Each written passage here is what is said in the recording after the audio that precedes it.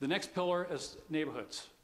Very, very important to have strong neighborhoods. And as you know, we've had a lot of issues in many of our neighborhoods. But we have some great neighborhoods. We have some that are beautiful and strong, and we have some others that are struggling. And we're trying to make sure that we do what we can for everybody to make sure that people have wonderful places to live and call home. I've got access to a beautiful picture that just was released last week at a neighborhood association, and I'll share it with you because it's a marketing piece for one of our neighborhoods that has a lot of pride and history, the historic Ridgewood. This is the new marketing piece. Doesn't that look like someplace you might want to live? This is what they put together, and this is the work that neighborhood associations do. And again, I go back to neighborhood associations because they're so critical to our community. The people that are involved and take pride and ownership of their community are the ones that are going to allow us to move Canton forward. They're the ones that make a difference. They're the one who gives us hope, and I can't thank those involved in neighborhood associations enough. It's so critical, and we want to do whatever we can to help support you, and this is something that I'm really excited about. But again, neighborhoods all over the city, many of them don't look like this, and they need help, and we're here to help, and that's what the councilmen do. We're out there fighting every day to do what we can to make every neighborhood better. Comprehensive plan. If there's one thing that I can do for the neighborhoods and for the whole city that will leave its mark for many years to come, it's a comprehensive plan. This is something that we have not had since 1960, but what it is, it's a blueprint for our future.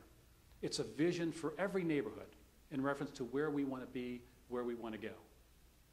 And it allows not just the administration, but all of our council members, all of our neighborhood folks, and every leader out there an understanding of what is expected and what is desired.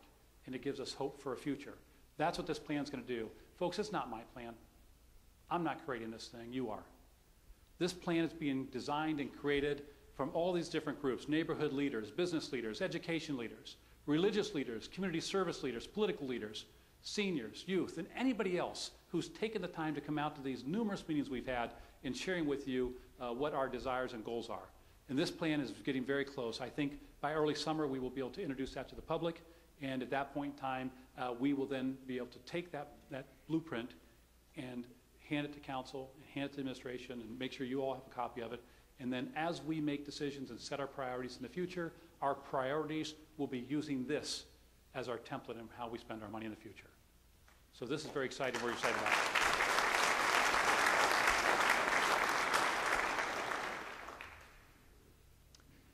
Community development. This is another area of importance. We've spent over $20 million since I've taken office addressing community and housing needs. And I'll share with you just this past year where we spent some of those dollars.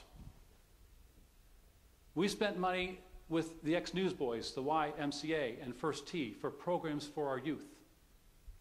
We spent money with Hammer and Nails and Habitat for Humanity and Building Together for housing projects for seniors and veterans and those in need in our community.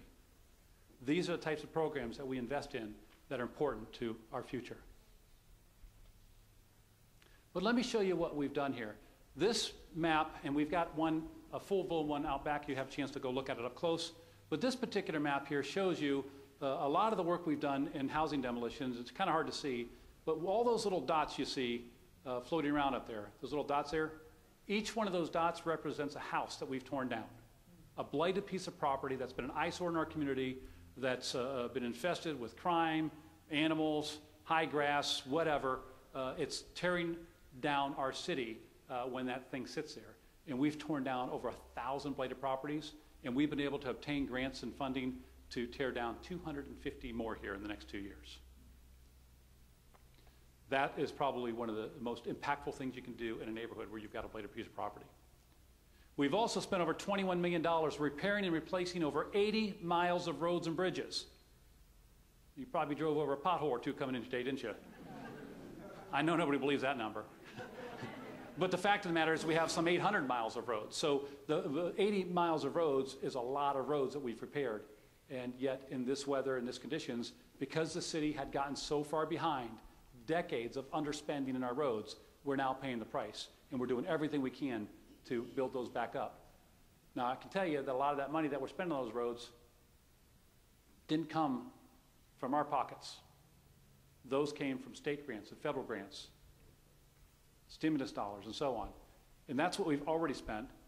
The Mahoney Road Corridor project is more than that in itself, almost twice as much as that. So there's a lot of money being put into roads right now. Let me show you what we spent on infrastructure. Since I've been here, $325 million has been spent in our infrastructure. Remember I told you our annual fund is about $50 million a year, general fund? We spent $325 million in our infrastructure. This is water plants, sewer plants, roads, bridges. You see the streetscapes, paving, parks and recreation, storm sewers, and of course, treatment plants and water plants. And you may say, well, gee, why didn't you spend that money on police officers? Or why didn't you spend that money on filling a pothole or doing something else? Because we go out and get grant money. Where's Dan Meglin? Dan, stand up, Dan. I got to say this.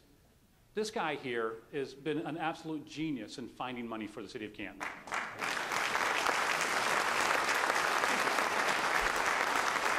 There's a reason his peers had singled him out as one of the greatest, because he not only works on projects in every department, but he's the guy that helps us find money.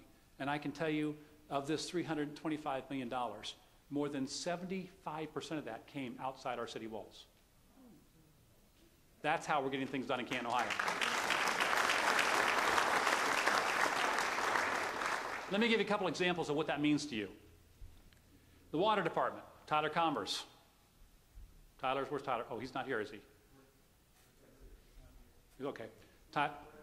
Rick, where's Rick? Brett? Where's he at? Brent, there he is. Brent, he's from the water. Here we go. Sorry. Tyler's not here, but Brent's here. He's representing the water department today. We have, the water department has done some amazing things. I'm sorry, I got distracted here. Will everybody please stand up? No, I'm sorry. In the water department, here's some of the things that we did since we've taken office, and more importantly, since Tyler took over the water department. We have 3 water plants that access 3 different underground aquifers. Abundance of water. We have rebuilt and refurbished all 3 of those. They had not been done for between 30 and 40 years. The average life cycle of these things is 20 to 25. It's kind of like a car engine. You know, you can run it for so long, and then you got to rebuild it, what have you, and it only lasts for so long. Well, the average lifespan is about 20 to 25 years, and it had been between 30 and 40 years since we've done anything to these plants, to give you an idea of how we have let this stuff go. Well, Tyler came in, and we shut one plant down, tore it apart, rebuilt it back up, new motors, new valves, new pumps, new everything. Got it up and running, and then we shut down the second one. Did the same thing to that one, shut it down, and got it running, and then we did the third one. And now we got all 3 of our water plants that are going to be functioning incredibly well for the next 20 to 25 years. And then we went out and did a leak detection program, because they hadn't repaired leaks, major leaks, for years. That wasn't the philosophy of the old administration or the old superintendent. And so Tyler went through with sonar and radar and remote control cars, whatever it took to go find these leaks. And we found about 125 major leaks in our system throughout the city. And they had to go in and dig down in the ground, fix it up, put it back in, put the valves in, whatever, and build the road back up and patch it back up. They measured the water before, and they measured the water after they fixed these leaks. And they stopped the outflow of nearly 5 million gallons a day of water that was going through the cracks. The city of Alliance uses 3 million gallons a day. That's a staggering number. And think about this. We treated that water before it went into the pipes, and we were saving about $300,000 a year in chemicals that we don't have to treat that water that was going through the cracks anymore. So we're being more efficient. And we have an abundant water supply, which is allowing us to take our water into other areas, like we're taking water up to Hartville and Lake Township now and supplying them. And we can compete on the open market for water supply at an unbelievably, ridiculously low price. The cost of water in the city of Canton is so low. It's so low that when we sell it outside the city limits, we take 2.5 or 3 times the current price that you pay inside the city. And that's still cheaper than any competing water supply around us. You cannot find a larger water supply at a lower cost anywhere in the country. And that's going to be that way for the next 20 to 25 years because of what they're doing in that department. That's how it benefits every citizen in the city. Yeah, we do it.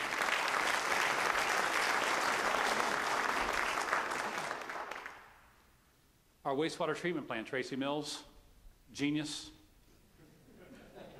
It's true. challenges me every time. I challenge him, he always proves me wrong. No, actually, Tracy was instrumental in bringing the new plant, the new technology that we're using to upgrade our wastewater treatment plant. It's a membrane technology. And this technology, we started on this plant my first year. It's been 7 years we've been working on this. 7 years, folks. And it'll be about another 2 years before we get to cut the ribbon on this plant. It's somewhere between a 9 and 10-year project. But I can tell you that the work that he's done on this thing and the technology we're bringing in, that when we cut that ribbon in 2 years from now, we will have the largest, cleanest, greenest wastewater treatment facility in the entire world. That's excellence.